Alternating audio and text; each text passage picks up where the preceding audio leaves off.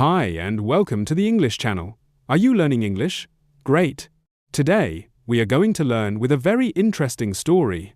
We will learn history and we will learn English, but not the boring history from school books. I want to tell you about America, about the land that in 200 years went from a few small colonies to a world superpower. Let's go back in time, 500 years. Did you know that before Columbus came to this land, millions of people lived here? Not in wooden houses, not with cars or electricity. Native American tribes, different cultures, different languages, different ways of life. Some were farmers, some were hunters, some lived in peace, some were always at war with their neighbors. Until the year 1492, Christopher Columbus, an Italian explorer, left Spain with 3 small ships. He wanted to go to India, but he got a little lost. He did not reach India. He reached a new place, a place Europeans had never seen before. This mistake changed everything. The door to America was open for Europe, and the Europeans came to stay. It was the early 1600s.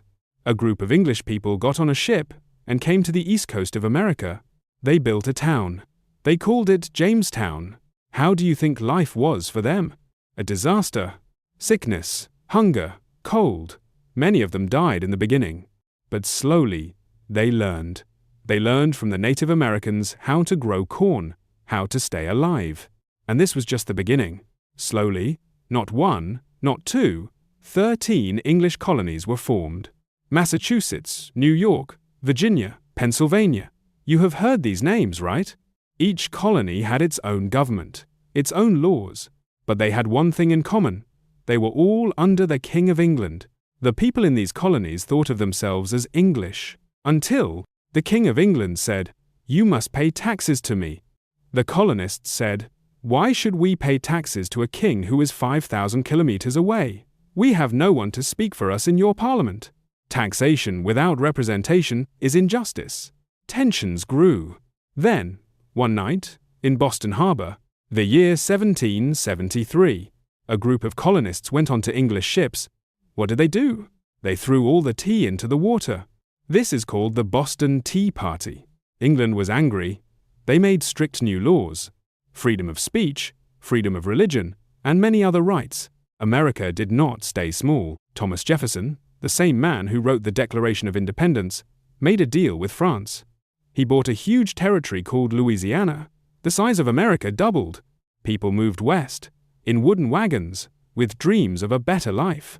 They called this Manifest Destiny, the belief that America should go from the Atlantic Ocean to the Pacific Ocean.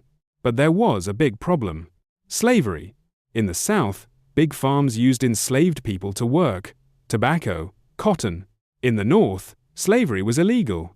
The disagreement between North and South grew bigger every day. Until 1860. Abraham Lincoln, who was against slavery, became president. The Southern states said, "We are leaving the Union." They formed their own country. The American Civil War began. The bloodiest war in American history, brother against brother. Social activists fought for workers' rights. They fought for women's rights. Women finally got the right to vote. This was the 19th Amendment. After World War I, America was full of joy and optimism. This period is called the Roaring Twenties. Jazz music, new hairstyles, new clothes, parties. Everyone thought this good time would last forever. The American stock market crashed. This was the Great Depression. Millions of people lost their jobs. Banks closed. People stood in line for a piece of bread. Franklin Roosevelt became president. He started a program called the New Deal. Big public projects to create jobs. Reforms to the banking system. Slowly, things got better.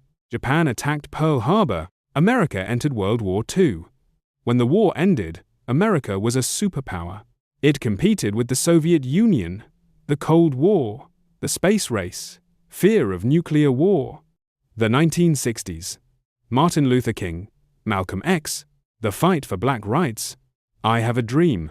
Discriminatory laws slowly disappeared, but the fight was not over. The Vietnam War also brought many protests. From 2001 and the September 11 attacks until today. Economic crises, social debates, racial challenges.